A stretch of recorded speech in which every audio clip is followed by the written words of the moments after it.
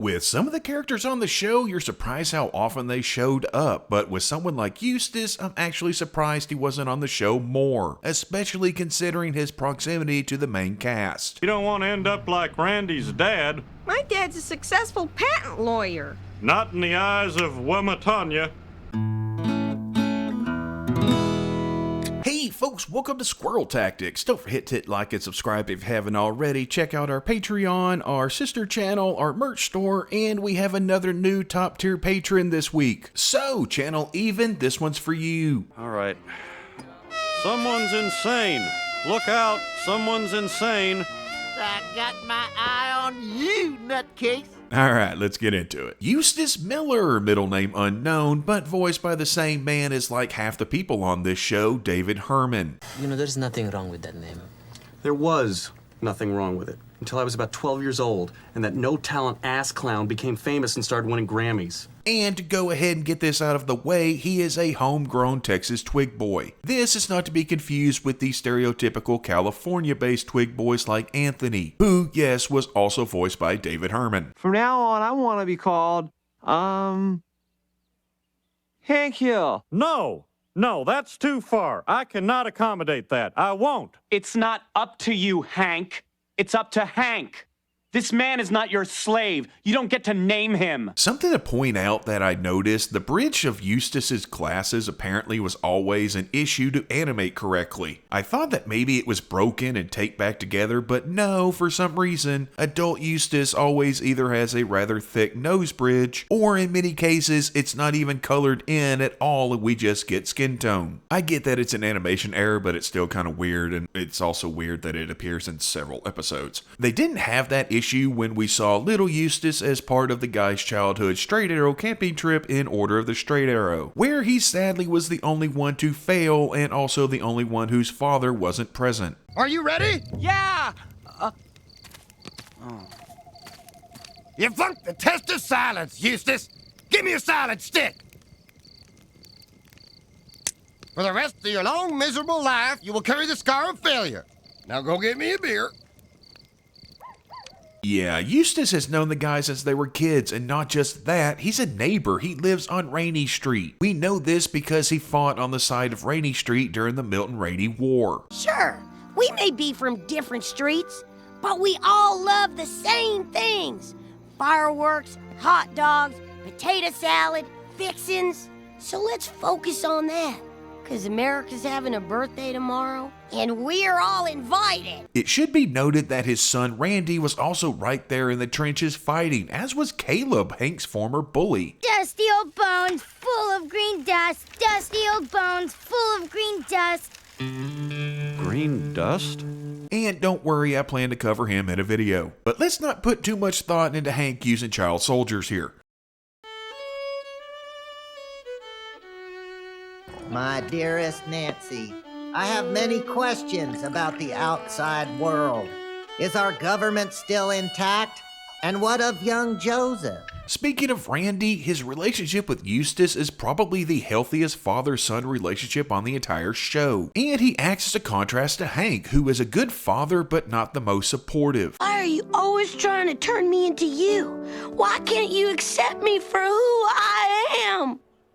Yeah, we both saw that after-school special, but I'm not an alcoholic and you're not an ice skater, so let's go. As opposed to Eustace, who supports his son no matter what, and more importantly, isn't afraid to tell his son that he loves him. Hey, guys. Eustace? Hey, Eustace. Hey, useless. All right, Randy. Remember, the purpose of this weekend is to have fun. Daddy loves you whether you get your straight arrow patch or not. What a load. Can you imagine how I'd have turned out if my dad had loved me no matter what? I'd also like to point out that Eustace's mustache game is on point. That is a nice full Sam Elliott level mustache right there. Seriously, props, sir. Actually, I think that deserves a mustache moment. It's also interesting that he uses passive solar as a heating source, and note that he can't lift a propane tank that Hank moves easily with one arm. Hank, could you give me a hand carrying this out to my SUV? Eustace? I've never seen you in here before. Finally decided to make the switch to propane, huh? You know, I think you'll find it's the perfect choice for all your heating... Thanks, but we use passive solar. Yet at the same time, he drives a gas-guzzling SUV. It's maroon and made by Mitsubishi, which was an issue at one point involving a rather divisive canoe. Yeah, it's the maroon Mitsubishi. Mitsubishi? They made the planes that bombed Pearl Harbor. I ain't selling Hitler's canoe to no traitor. We had a verbal agreement. You're a witness. You don't deserve no Hitler's canoe. Anywho, his first appearance was back in Order of the Straight Arrow, which we already discussed, with his second appearance coming the next season in The Son That Got Away, where we get an interesting little through line here with little Eustace, or Randy if you prefer, warning Bobby, Connie, and Joseph away from entering the caves, which they of course ignore, like fathers like sons. Hey, you wanna watch me fly my plane? Wait for me. You'll be sorry.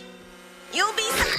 Yeah, that had to hurt, and the payoff to this comes later on when we see the Miller dad and lad leaving the store, having bought a brand new model airplane to replace the one that kamikazed Randy's face, but also given the opportunity to share the information that the kids are in the caves to their parents. Yeah, it's just good writing, well plotted, and Eustace is very much in typical Twig Boy fashion here. Hey, Randy, have you seen Bobby and Joseph in that Con Jr.?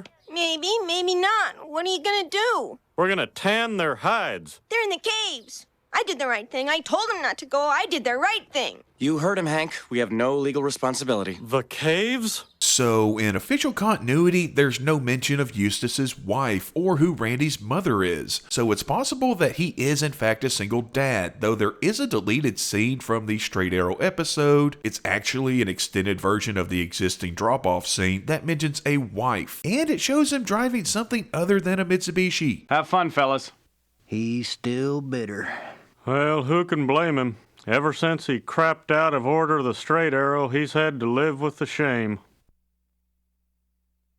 And that's his wife's car. So apparently when he's not using an SUV, he drives a Lamborghini. It makes sense. He's a patent lawyer, apparently a rather successful one. And yeah, look at him. That man is either an attorney or an accountant. Now, there is a theory that this woman who we see several times in the first season, this particular instance was in Shen's of the father. Why are you so pissed off for Peggy Hill? Oh, nothing. Just Hank's father. He's driving in for the party. Oh, Lord, that crazy Cotton Hill. I heard after Hank's mother left Cotton, he married his 16-year-old nurse. Dee Dee is 39, thank you very much.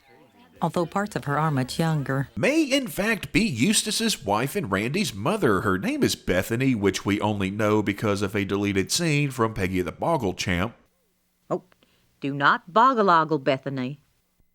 Again, it's just a theory, though I do find it interesting that we see her around at Bobby's party as well as seeing Randy there. Yet later on, when they get to the presents in the piñata... Oh, for crying out loud! Oh, good Lord, Cotton. You gave him a loaded shotgun? Well, you don't give a toy without batteries.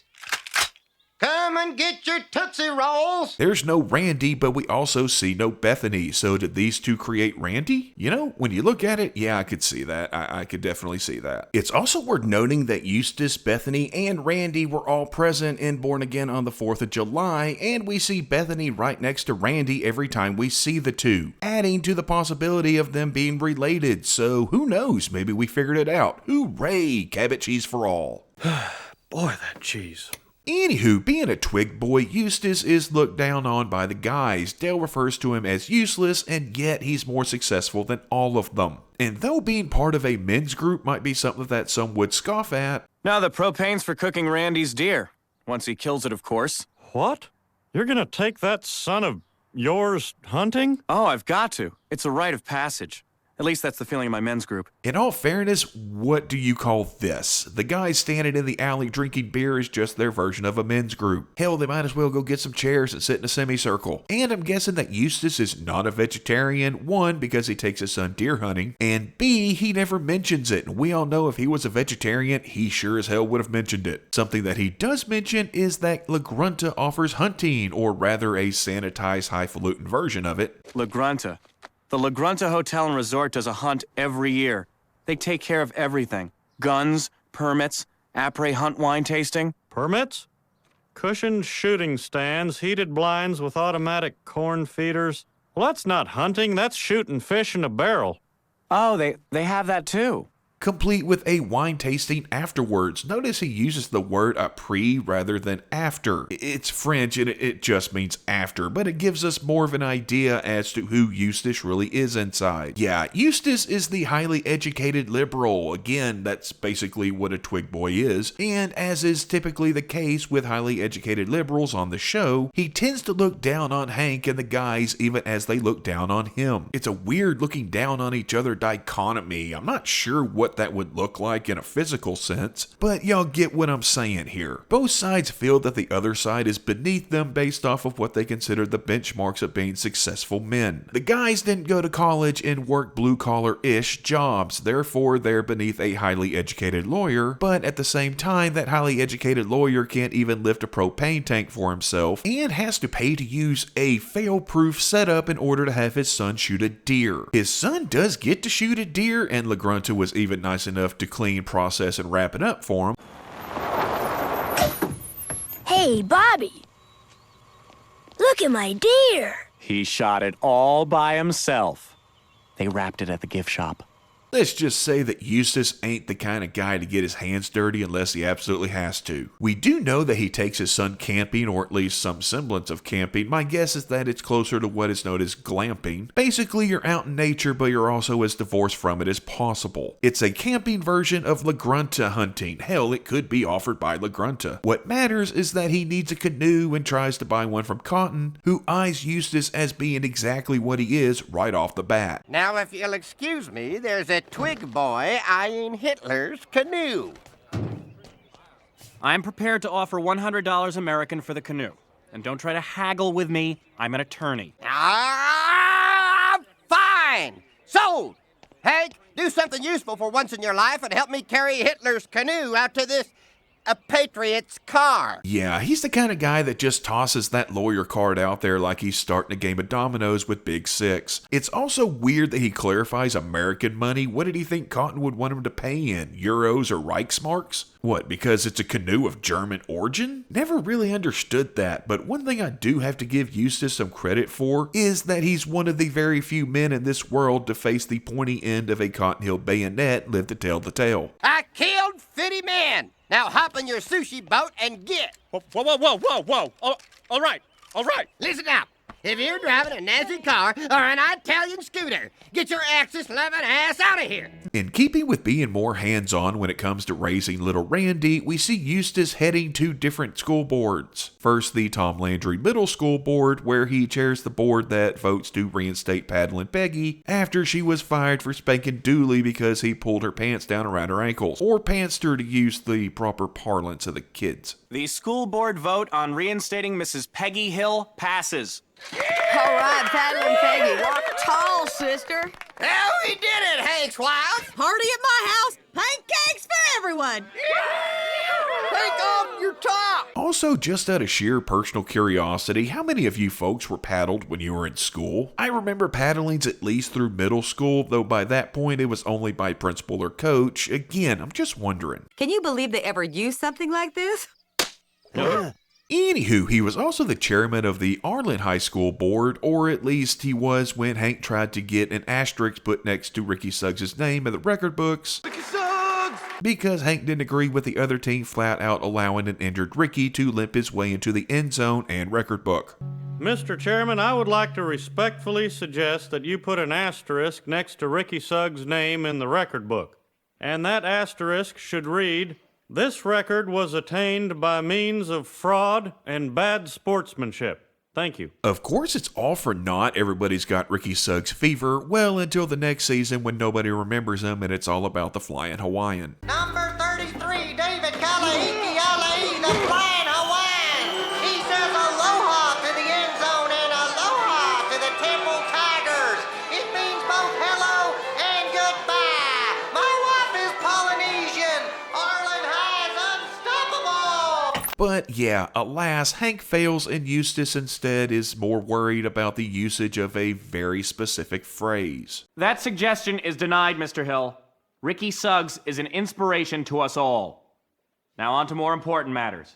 My motion to add Fatty Fatty Boombalatti to the list of unacceptable hate speech. Fun fact, Fatty Fatty Boombalatti dates back at least to 1909. And yes, that seems an odd phrase to want to ban, but yeah, that's kind of the point. Eustace may be a tad overly sensitive compared to the majority of his peers. Again, his character is the stereotypical homegrown twig boy. So, Eustace and Hank grew up knowing each other. Not that way, get your mind out the gutter. They're neighbors who live on the same street. They interact at the school that their children both attend. Oh, and let's not forget that we see in Peggy's fanfare that they go to the same church. Hell, he's sitting directly behind Hank. And we've decided to go to Country Music Fanfare in Nashville, Tennessee. I win! That was my suggestion. We don't see him at Arlen First Methodist before or after this episode, and for some odd reason, even though Eustace is shown here in church, and he makes the trip with the church group to Country Music Fanfare. Congratulations to Eustice Miller, who came closest with a guess of 61. The number I was thinking of was 64. Yes! Randy doesn't appear at all in this episode, so Eustace went to church and on a church trip to Nashville, all without his son. Now, granted, Dale went without Nancy or Joseph, so it could just mean nothing, but it does seem kind of odd to me. He's close enough to the Hills, or important enough to the writers, to be in attendance at Lucky and Luann's wedding.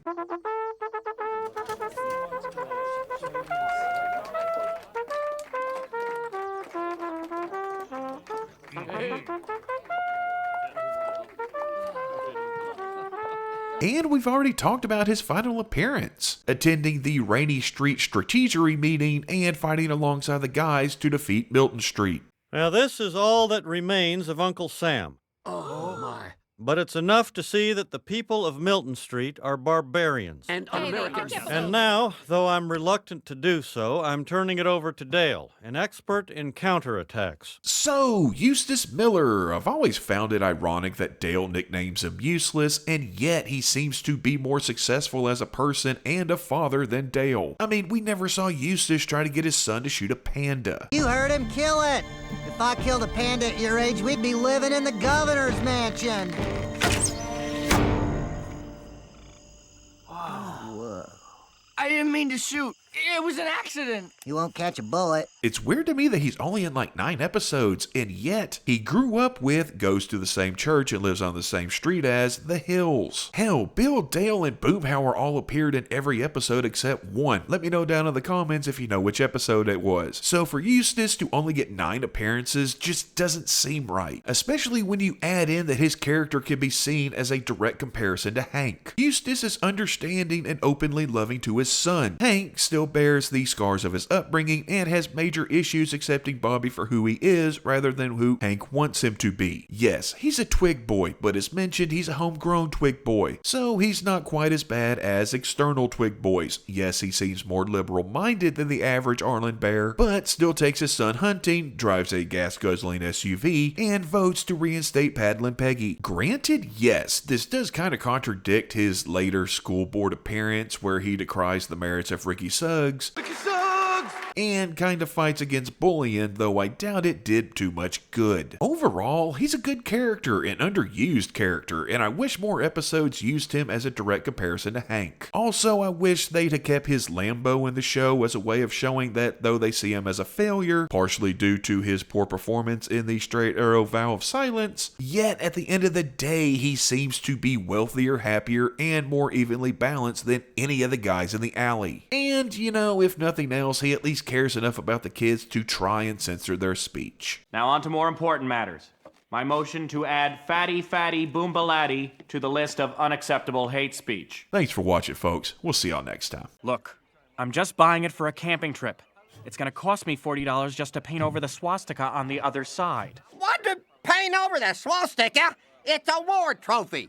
You're painting over my victory. That deal is off. Well, too bad.